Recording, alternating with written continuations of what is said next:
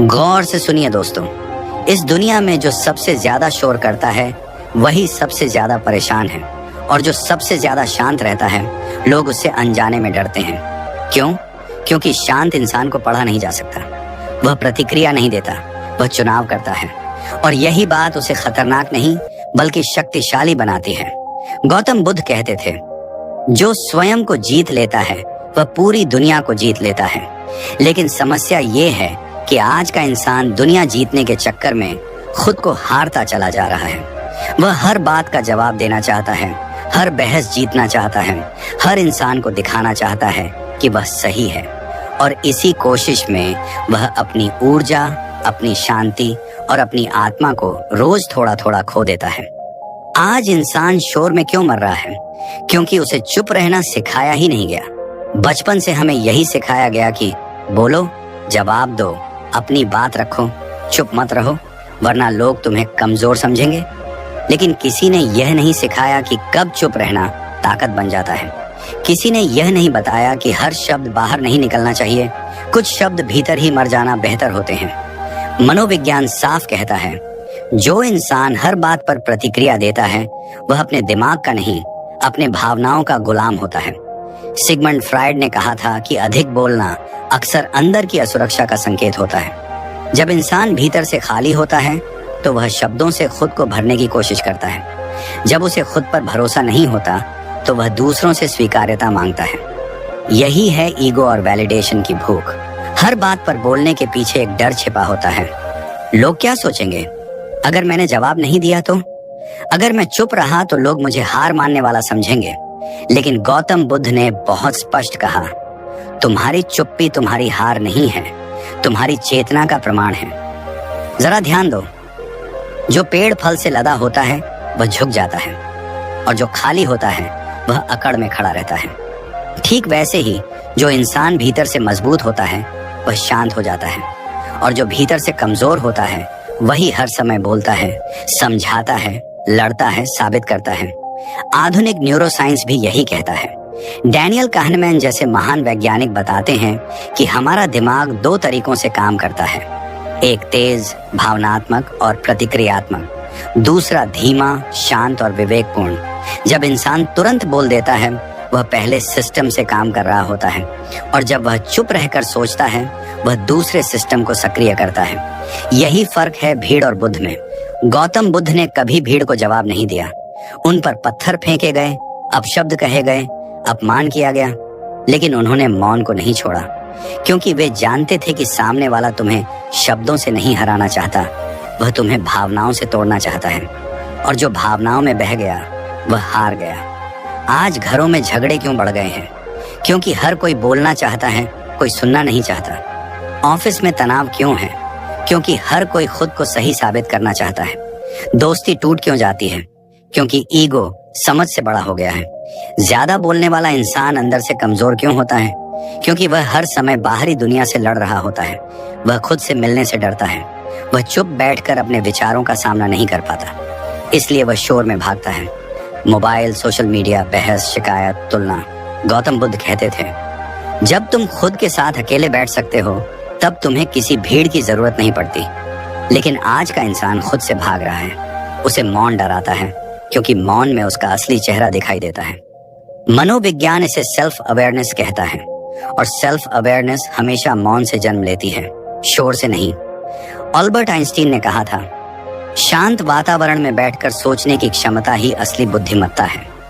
लेकिन आज हम सोचने के लिए समय नहीं निकालते, हम बोलने के लिए शब्द ढूंढते रहते हैं। जब इंसान हर बात पर बोलना छोड़ देता है तब एक चमत्कार होता है। उसकी ऊर्जा बचने लगती है, उसका दिमाग साफ होने लगता है, वह प्रतिक्रिया नहीं देता, वह निर्णय लेने लगता है। और यही वह पल होता है जहां दुनिया बदलनी शुरू होती है, बाहर नहीं, भीतर। गौतम बुद्ध का पूरा जीवन यही सिखाता है। दुनिया को बदलने की कोशिश मत करो, खुद को समझो। लोगों को हराने की कोशिश मत करो, ईगो को हराओ। शब्दों से नहीं, मौन से शक्तिशाली बनो। जब तुम चुप रहते हो लोग सोचने लगते हैं। जब तुम खुद पर ध्यान देते हो लोग तुम्हें देखने लगते हैं। जब तुम बहस छोड़ देते हो तुम्हारी उपस्थिति बोलने लगती है। यही है असली परिवर्तन। इसलिए अगली बार जब मन करे जवाब देने का, रुक जाना। 3 सांस लेना और खुद से पूछना, क्या यह शब्द मेरी शांति से ज्यादा जरूरी है? अगर नहीं तो चुप रहो और खुद पर ध्यान दो, क्योंकि यही वो रास्ता है जहां से दुनिया नहीं, तुम खुद बदल जाते हो। गौतम बुद्ध मौन को इसलिए सर्वोच्च मानते थे क्योंकि वे जानते थे कि शब्द अक्सर अज्ञान से पैदा होते हैं और मौन समझ से। बुद्ध ने कभी मौन को कमजोरी नहीं कहा, उन्होंने मौन को चेतना का अंतिम चरण माना। उनके लिए मौन बोलने से बचना नहीं था, बल्कि भीतर की आवाज को सुनना था। जब बुद्ध किसी प्रश्न पर चुप रहते थे तो लोग सोचते थे कि शायद उनके पास उत्तर नहीं है, लेकिन सच्चाई यह थी कि वे उस प्रश्न को उस स्तर का नहीं मानते थे जहां शब्द काम कर सकें। बुद्ध जानते थे कि कुछ सत्य ऐसे होते हैं जिन्हें बताया नहीं जाता, केवल अनुभव किया जाता है, और अनुभव हमेशा मौन में जन्म लेता है। जबकि बुद्ध का पूरा जीवन इसका उल्टा था, सोचना नहीं, देखना, प्रतिक्रिया नहीं, जागरूकता। बुद्ध कहते थे कि जब कोई तुम्हें अपमानित करे और तुम तुरंत जवाब दे दो तो समझ लेना कि उस पल तुमने अपनी शक्ति दूसरे के हाथ में दे दी। लेकिन जब तुम ठहर जाते हो, जब तुम भीतर देखते हो कि यह शब्द तुम्हें क्यों छू रहा है, तभी आत्मनियंत्रण जन्म लेता है, और आत्मनियंत्रण ही असली शक्ति है। मनोविज्ञान भी यही कहता है। आधुनिक न्यूरोसाइंस बताता है कि हमारे दिमाग का सबसे विकसित हिस्सा वह है जो प्रतिक्रिया को रोक सकता है। इसे ही सेल्फ रेगुलेशन कहा जाता है। डॉ विक्टर फ्रैंकल ने कहा था कि किसी भी परिस्थिति और हमारी प्रतिक्रिया के बीच एक छोटा सा अंतर होता है, और उसी अंतर में हमारी स्वतंत्रता छिपी होती है। बुद्ध इसी अंतर में जीते थे। वे जानते थे कि मौन उस अंतर को बड़ा कर देता है, और जैसे जैसे वह अंतर बड़ा होता है वैसे वैसे इंसान गुलामी से आजादी की ओर बढ़ता है। मौन आत्मनियंत्रण है, क्योंकि मौन में ईगो को खाना नहीं मिलता। ईगो शब्दों से जीवित रहता है। जब तुम बोलते हो, सफाई देते हो, खुद को साबित करते हो, तब ईगो मजबूत होता है। लेकिन जब तुम चुप रहते हो, ईगो भूखा रहने लगता है। यही कारण है कि मौन ईगो को डराता है, और बुद्ध मौन को अपनाते थे। वे जानते थे कि जब ईगो कमजोर होगा तभी करुणा, समझ और विवेक जन्म लेगा। मौन में ही असली समझ पैदा होती है, क्योंकि समझ शोर में नहीं आती। शोर में केवल जानकारी आती है, लेकिन जानकारी और समझ में जमीन आसमान का फर्क है। बुद्ध का ज्ञान किताबों से नहीं आया था, वह मौन से आया था। उन्होंने किसी विश्वविद्यालय में दर्शन नहीं पढ़ा था, उन्होंने अपने मन को देखा था। और जब इंसान अपने मन को देखना शुरू करता है, तब उसे समझ आता है कि उसका सबसे बड़ा शत्रु बाहर नहीं, भीतर है। लेकिन आज का इंसान मौन से इतना डरता क्यों है? क्यों आज उसे हर समय कुछ ना कुछ चलना चाहिए? आवाज, वीडियो, नोटिफिकेशन, बातें। क्योंकि आज का इंसान खुद से मिलने से डरता है। मौन उसे उसके खालीपन का एहसास करा देता है, और खालीपन आज के इंसान के लिए सबसे डरावनी चीज बन चुका है। मनोविज्ञान इसे नॉइज एडिक्शन कहता है। वैज्ञानिक बताते हैं कि जब इंसान लगातार शोर में रहता है, चाहे वह बाहरी हो या डिजिटल, तो उसका दिमाग मौन को खतरे की तरह देखने लगता है। मोबाइल और सोशल मीडिया ने इस डर को और गहरा कर दिया है। हर खाली पल में हम स्क्रीन खोल लेते हैं, क्योंकि जैसे ही स्क्रीन बंद होती है, विचार शुरू हो जाते हैं, और विचारों से आज का इंसान भाग रहा है। बुद्ध कहते थे कि इंसान दुखी इसलिए नहीं है क्योंकि उसके पास कम है, बल्कि इसलिए है क्योंकि वह खुद के साथ बैठ नहीं सकता। मौन में बैठते ही पुराने घाव, डर, असफलताएं, पछतावे सब ऊपर आने लगते हैं, और इंसान उन्हें देखना नहीं चाहता, इसलिए वह शोर चुनता है। वह बाहर भागता है क्योंकि भीतर जाने का साहस नहीं है। अल्बर्ट आइंस्टीन ने कहा था कि सबसे बड़ा आविष्कार शांत सोच है, लेकिन सबसे दुर्लभ चीज भी वही है। आज का इंसान हर चीज तेज चाहता है, तेज जवाब, तेज मनोरंजन, तेज सफलता। लेकिन बुद्ध का रास्ता धीमा था, शांत था, गहरा था। वे जानते थे कि जो जल्दी मिलता है वह जल्दी खो जाता है, और जो मौन में बनता है वह टिकाऊ होता है। अब बात आती है खुद पर ध्यान दो के असली अर्थ की। अधिकतर लोग इसे गलत समझ लेते हैं। उन्हें लगता है कि खुद पर ध्यान देना मतलब स्वार्थी बनना, लेकिन बुद्ध का खुद पर ध्यान ईगो नहीं, अवेयरनेस था। खुद पर ध्यान देने का अर्थ है दूसरों को सुधारने की आदत छोड़कर खुद को समझना, दुनिया को दोष देने से पहले अपनी प्रतिक्रिया को देखना, तुलना छोड़ना, क्योंकि तुलना ईगो को जन्म देती है और ईगो दुख को। मनोविज्ञान कहता है कि तुलना से पैदा होने वाला तनाव सबसे ज्यादा मानसिक बीमारियों की जड़ है। जब तुम खुद की तुलना दूसरों से करते हो तो तुम अपने जीवन को किसी और के पैमाने से माप रहे होते हो। बुद्ध ने कभी तुलना नहीं की, उन्होंने किसी से बेहतर बनने की कोशिश नहीं की, उन्होंने सिर्फ जागरूक बनने की कोशिश की। रिएक्शन से रिस्पॉन्स की यात्रा ही आत्मविकास की यात्रा है। रिएक्शन तुरंत होता है, रिस्पॉन्स समझ से आता है। रिएक्शन में अतीत होता है, रिस्पॉन्स में वर्तमान। बुद्ध रिस्पॉन्स में जीते थे। वे जानते थे कि जब तुम रिस्पॉन्स देना सीख जाते हो तब कोई भी तुम्हें इस्तेमाल नहीं कर सकता। तब दुनिया तुम्हें नहीं चलाती, तुम दुनिया में चलते हो। अपनी ऊर्जा को सही दिशा देना, यही खुद पर ध्यान देना है। हर बहस, हर शिकायत, हर सफाई ऊर्जा खा जाती है। बुद्ध ने ऊर्जा बचाई और वही ऊर्जा करुणा, ध्यान और जागरूकता में लगाई। आज का इंसान ऊर्जा बर्बाद कर रहा है, लोगों को समझाने में, खुद को साबित करने में, उन जगहों पर जहां कोई सुन ही नहीं रहा। इसलिए बुद्ध ने कहा था, जो तुम्हें समझना नहीं चाहता उसे समझाने की कोशिश मत करो। जो तुम्हारी शांति छीनता है उससे दूरी बना लो, और जो तुम्हारे भीतर शांति लाता है उसके पास बैठो, चाहे वह मौन ही क्यों ना हो। जब इंसान मौन को अपनाता है और खुद पर ध्यान देना शुरू करता है, तब उसका जीवन बाहर से नहीं, भीतर से बदलता है।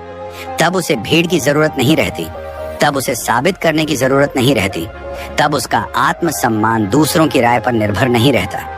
और यही वह अवस्था है जहां बुद्ध पैदा होते हैं। कोई मूर्ति नहीं, कोई उपदेशक नहीं, बस एक जागरूक इंसान जो कम बोलता है, ज्यादा देखता है और भीतर से अडिग होता है। यही मौन की शक्ति है, यही खुद पर ध्यान देने का अर्थ है, और यही वह रास्ता है जहां से दुनिया नहीं, इंसान खुद बदलता है। इलाम। और जब इंसान इस रास्ते पर चलना शुरू करता है, जब वह मौन को अपनाता है और खुद पर ध्यान देना सीखता है, तब उसकी आंखें धीरे धीरे खुलने लगती हैं। तब वह सिर्फ अपने भीतर नहीं, बल्कि अपने चारों ओर की दुनिया को भी साफ साफ देखने लगता है। और तब उसे आधुनिक जीवन के वे कड़वे सच दिखाई देने लगते हैं, जिन्हें हम रोज जी तो रहे हैं, लेकिन स्वीकार करने की हिम्मत नहीं रखते। आज घरों में शांति क्यों नहीं है? इसका कारण बाहर की दुनिया नहीं है, इसका कारण वही लोग हैं जो घर के भीतर रहते हैं। हर इंसान थका हुआ है, लेकिन कोई यह मानने को तैयार नहीं कि वह मानसिक रूप से थका हुआ है। सबको लगता है कि थकान काम से आती है, जिम्मेदारियों से आती है, हालात से आती है। लेकिन बुद्ध कहते थे कि सबसे गहरी थकान मन की होती है, और मन तब थकता है जब वह लगातार प्रतिक्रिया देता है, लगातार लड़ता है, लगातार खुद को साबित करता है। घरों में शांति इसलिए नहीं है क्योंकि हर कोई बोल रहा है, कोई सुन नहीं रहा। हर कोई अपनी बात रखना चाहता है, कोई समझना नहीं चाहता। ईगो इतना बड़ा हो गया है कि रिश्ते उसके नीचे दबते चले जा रहे हैं। मनोविज्ञान इस अवस्था को इमोशनल एग्जॉस्शन कहता है। जब इंसान लंबे समय तक खुद को दबाता है, अपनी भावनाओं को समझे बिना बाहर फेंकता रहता है, तो उसका मन धीरे धीरे सुन्न होने लगता है। तब छोटी छोटी बातों पर गुस्सा आता है, अपनों से दूरी बन जाती है, और घर जो कभी सुकून की जगह हुआ करता था, एक युद्ध भूमि बन जाता है। बुद्ध कहते थे कि जहां ईगो प्रवेश करता है, वहां शांति विदा ले लेती है। और आज लगभग हर घर में ईगो सबसे बड़ा मेहमान बन चुका है। सोशल मीडिया पर सब कुछ दिखावा क्यों है? इसका उत्तर भी यहीं छिपा है, क्योंकि आज का इंसान भीतर से खाली है, और जो खाली होता है वही बाहर से ज्यादा दिखाता है। बुद्ध ने कहा था कि जो संतुष्ट होता है उसे कुछ दिखाने की जरूरत नहीं होती, लेकिन आज हर व्यक्ति खुद को साबित करने की दौड़ में लगा है। खुश दिखना है, सफल दिखना है, मजबूत दिखना है, चाहे भीतर से टूट ही क्यों ना रहा हो। मनोविज्ञान बताता है कि वैलिडेशन की यह भूख कभी खत्म नहीं होती, क्योंकि यह बाहर से पूरी ही नहीं हो सकती। बाहर की तालियां कुछ पल के लिए ईगो को खुश करती हैं, लेकिन भीतर की बेचैनी को और गहरा कर देती है। हर इंसान थका हुआ क्यों है? इसका एक और कारण है अनावश्यक लड़ाइयां। आज हम उन चीजों से लड़ रहे हैं जिनसे लड़ने की जरूरत ही नहीं है। हर बात पर राय देनी है, हर बात पर प्रतिक्रिया देनी है, हर बात पर खुद को सही साबित करना है। बुद्ध कहते थे कि जो हर लड़ाई लड़ता है वह सबसे पहले खुद को हारता है, और यही हो रहा है। इंसान जीतने की कोशिश में खुद को खोता जा रहा है। बोलने वाले ज्यादा और समझने वाले कम इसलिए हैं क्योंकि समझ मौन मांगती है, और मौन आज सबसे महंगी चीज बन चुकी है। समझने के लिए रुकना पड़ता है, सुनना पड़ता है, भीतर उतरना पड़ता है। लेकिन आज का इंसान रुकने से डरता है। उसे लगता है कि अगर वह रुका तो पीछे रह जाएगा। बुद्ध का पूरा जीवन इस डर का उत्तर था। वे रुके, बैठे, मौन में रहे। और वहीं से उन्होंने वह देखा जो दौड़ते हुए किसी को दिखाई नहीं देता। जब इंसान यह सब समझने लगता है तब वह नियम नहीं ढूंढता, बल्कि स्वाभाविक रूप से एक नई जीवन शैली में प्रवेश कर जाता है। ऐसी जीवन शैली जहां हर लड़ाई का जवाब देना जरूरी नहीं लगता, क्योंकि वह समझ जाता है कि हर शब्द के पीछे ईगो खड़ा है और हर ईगो के पीछे असुरक्षा। बुद्ध ने कहा था कि यदि सामने वाला क्रोधित है तो उसका क्रोध उसका दुख है, तुम्हारा नहीं। लेकिन जैसे ही तुम जवाब देते हो वह दुख तुम्हारा हो जाता है। अपनी ऊर्जा सबको न देना भी इसी समझ से आता है। मनोविज्ञान कहता है कि हमारी मानसिक ऊर्जा सीमित है। जो व्यक्ति हर किसी की बात दिल पर लेता है वह बहुत जल्दी टूट जाता है। बुद्ध ने अपनी ऊर्जा चुनी। उन्होंने तय किया कि कहाँ करुणा देनी है और कहाँ मौन। आज का इंसान यह चयन नहीं करता, वह सबको सब कुछ दे देता है, ध्यान, भावनाएं, समय, और अंत में खुद खाली हो जाता है। हर सच कहना बुद्धिमानी नहीं है, ये बात बुद्ध से बेहतर कौन समझ सकता है। उन्होंने कई बार प्रश्नों का उत्तर नहीं दिया।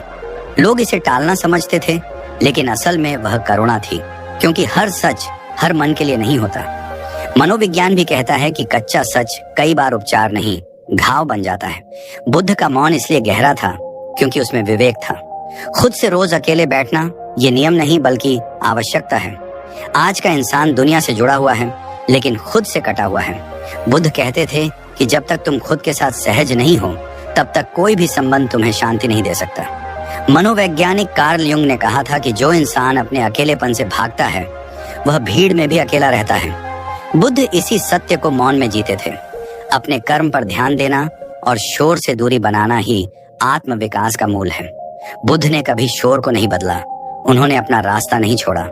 वे जानते थे कि शोर बाहर है लेकिन कर्म भीतर से जन्म लेते हैं, और जो भीतर बदलता है वही बाहर स्थिर रहता है।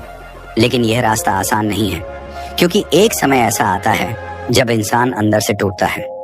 बार बार खुद को साबित करने की थकान उसे घेर लेती है। वह सोचता है कि उसने इतना दिया, फिर भी उसे समझा नहीं गया। अपनों से चोट मिलती है, क्योंकि उम्मीद हमेशा अपने ही लोगों से होती है, और जब वही उम्मीद टूटती है तो इंसान भीतर से बिखर जाता है। यही वह पल होता है जहां मौन अंतिम सहारा बनता है, क्योंकि शब्द थक चुके होते हैं, शिकायतें बेकार लगने लगती हैं, सफाइयों का कोई अर्थ नहीं रह जाता, और तब इंसान पहली बार चुप होकर बैठता है। उस चुप्पी में दर्द होता है, लेकिन उसी दर्द में सच्चाई भी होती है। बुद्ध कहते थे कि टूटना अंत नहीं है, टूटना द्वार है। अगर इंसान उस मौन में टिक जाए तो वहीं से उसका नया जन्म होता है। मनोविज्ञान इसे ट्रांसफॉर्मेशन का क्षण कहता है, जब ईगो हारता है और अवेयरनेस जागती है। जब इंसान समझ जाता है कि उसे दुनिया से नहीं खुद से लड़ना था, और जैसे ही यह समझ आती है भीतर एक अजीब सी शांति उतरने लगती है। ऐसी शांति जो बाहर के हालात पर निर्भर नहीं करती, और यहीं से कहानी बदलती है। शोर से मौन की, प्रतिक्रिया से समझ की, और टूटन से जागरूकता की। जब इंसान उस मौन में टिक जाता है, जब वह भागता नहीं, बोलता नहीं, सफाई नहीं देता, तब धीरे धीरे उसके भीतर कुछ बदलने लगता है। यह बदलाव अचानक नहीं होता, ये शोर की तरह नहीं आता, ये बहुत शांत होता है। लेकिन यही शांति सबसे बड़ा परिवर्तन बन जाती है। मौन से जन्म लेने वाला नया इंसान बाहर से ज्यादा अलग नहीं दिखता, लेकिन भीतर से वह वही इंसान नहीं रहता जो कभी हर बात पर हिल जाया करता था। सबसे पहले जो चीज लौट कर आती है वह है आत्मविश्वास। लेकिन यह वह आत्मविश्वास नहीं होता जो बोलकर दिखाया जाए, बल्कि वह जो बिना बोले महसूस होता है। मनोविज्ञान कहता है कि सच्चा आत्मविश्वास बाहरी प्रतिक्रिया पर निर्भर नहीं करता। कार्ल युंग ने कहा था कि जो व्यक्ति अपने भीतर स्थिर हो जाता है उसे दुनिया की स्वीकृति की जरूरत नहीं रहती। बुद्ध इसी आत्मविश्वास में जीते थे। उन्होंने कभी खुद को महान घोषित नहीं किया, लेकिन उनके मौन ने उन्हें महान बना दिया। अंदर की शांति इसी मौन से जन्म लेती है। यह शांति परिस्थितियों से नहीं आती, यह समझ से आती है। जब इंसान यह स्वीकार कर लेता है कि हर चीज उसके नियंत्रण में नहीं है, तब उसका मन हल्का हो जाता है। बुद्ध कहते थे कि दुख इस बात से नहीं आता कि चीजें बदलती हैं, दुख इस बात से आता है कि हम उन्हें रोकना चाहते हैं। मौन इस रोक को ढीला कर देता है, और जैसे ही यह ढील आती है भीतर शांति उतरने लगती है। निर्णय लेने की ताकत भी यहीं से आती है। पहले इंसान दूसरों की राय से चलता है, फिर वह खुद की सुनना शुरू करता है। मनोविज्ञान बताता है कि जो व्यक्ति हर समय बाहरी शोर में रहता है वह निर्णय नहीं ले पाता, वह केवल प्रतिक्रिया देता है। लेकिन जो व्यक्ति मौन में समय बिताता है, उसका दिमाग स्पष्ट होने लगता है। बुद्ध ने जीवन के सबसे बड़े निर्णय मौन में लिए। राजमहल छोड़ने का, तप करने का और फिर करुणा का मार्ग अपनाने का। वे जानते थे कि शोर में लिया गया निर्णय अक्सर पछतावा बन जाता है। आत्मसम्मान की वापसी भी इसी मौन से होती है। आत्मसम्मान का मतलब घमंड नहीं होता, इसका मतलब है खुद की सीमाओं को जानना। जब इंसान हर किसी को खुश करने की कोशिश छोड़ देता है, तभी वह खुद का सम्मान करना शुरू करता है। बुद्ध कहते थे कि जो खुद का सम्मान नहीं करता, वह किसी और से सम्मान की उम्मीद भी नहीं कर सकता। और जैसे ही इंसान यह समझ लेता है, उसकी चाल बदल जाती है, उसकी आंखों में ठहराव आ जाता है और फिर धीरे धीरे दुनिया का व्यवहार बदलने लगता है। ये सबसे अजीब लेकिन सबसे सच्ची बात है। जब आप चुप हो जाते हो, जब आप हर बात पर प्रतिक्रिया देना छोड़ देते हो, तब लोग असहज होने लगते हैं, क्योंकि वे आपको पहले जैसे नहीं पढ़ पाते। मनोविज्ञान कहता है कि जो व्यक्ति भावनात्मक रूप से प्रेडिक्टेबल नहीं होता, उसके सामने लोग सावधान हो जाते हैं। बुद्ध का मौन यही करता था। लोग उन्हें चुनौती नहीं देते थे, क्योंकि वे जानते थे कि वहां कोई ईगो नहीं है जिसे उकसाया जा सके। रिस्पेक्ट अपने आप मिलने लगती है, मांगनी नहीं पड़ती, क्योंकि सम्मान शब्दों से नहीं, उपस्थिति से पैदा होता है। जब आप खुद को संभालना सीख जाते हो, तब दुनिया आपको संभाल कर देखती है। बुद्ध ने कभी सम्मान की मांग नहीं की, फिर भी राजा उनके सामने झुके। यह मौन का प्रभुत्व है, साइलेंट पावर। आप खेल से बाहर नहीं होते, आप खेल के ऊपर आ जाते हो। पहले आप हर बहस का हिस्सा होते हो, हर ड्रामे का, हर शिकायत का। लेकिन जब आप मौन चुनते हो, तब आप देखने लगते हो, और जो देखता है वही समझता है। बुद्ध ने जीवन को खेल की तरह नहीं, प्रक्रिया की तरह देखा। इसलिए वे उलझे नहीं, मुक्त हुए। अब सवाल आता है, क्या यह सब सिर्फ सुनने की बातें हैं? नहीं, बुद्ध का रास्ता व्यवहारिक था। रोजमर्रा की जिंदगी में मौन को उतारना ही असली साधना है। सुबह के कुछ मिनट, जब दुनिया अभी शोर नहीं बनी होती, अगर इंसान खुद के साथ बैठ जाए तो उसका दिन बदल जाता है। मनोविज्ञान कहता है कि दिन की शुरुआत जैसे होती है, मन की दिशा वैसी ही बनती है। बुद्ध सूर्योदय से पहले मौन में बैठते थे, क्योंकि वे जानते थे कि शांति बाहर नहीं, भीतर से आती है। बोलने से पहले ठहरना, बस कुछ सेकंड, ये छोटा सा अंतर बड़े टकरावों को रोक सकता है। विक्टर फ्रैंकल ने कहा था कि प्रतिक्रिया और परिस्थिति के बीच जो क्षण है, वही हमारी स्वतंत्रता है। बुद्ध उसी क्षण में जीते थे। वे जानते थे कि हर शब्द निकलने से पहले अगर चेतना जाग जाए तो शब्द झर नहीं बनते। सोशल मीडिया से दूरी भी आज की मौन साधना का हिस्सा है। लगातार तुलना, दिखावा और शोर मन को कमजोर करता है। बुद्ध कहते थे कि जो तुम्हें बेचैन करता है, उससे दूरी बनाना ही करुणा है अपने लिए। और अंत में, हर दिन खुद को देखना, खुद से ईमानदार होना, ये सबसे कठिन लेकिन सबसे सच्चा अभ्यास है। खुद से झूठ नहीं चलता। और फिर आता है वह क्षण जहां सब कुछ जुड़ जाता है, जहां इंसान समझ जाता है कि मौन कमजोरी नहीं, ताकत है। खुद पर ध्यान ही सबसे बड़ी साधना है। दुनिया बदलने से पहले खुद बदलना ही बुद्ध का जीवन सार था। उन्होंने दुनिया को सुधारने का आंदोलन नहीं चलाया, उन्होंने जागरूकता का दीप जलाया, और वही दीप आज भी जल रहा है। अगर ये बातें तुम्हारे दिल तक पहुंची हैं, अगर कहीं भीतर कुछ हिला है, तो ये वीडियो यहीं खत्म नहीं होता। ये यात्रा अभी शुरू हुई है। इसे उस इंसान तक पहुंचाओ जो शोर में खो गया है, जो खुद से दूर हो गया है। और अगर तुम इस यात्रा को आगे भी चलना चाहते हो, तो इस चैनल से जुड़े रहो, क्योंकि मौन से जो जागता है,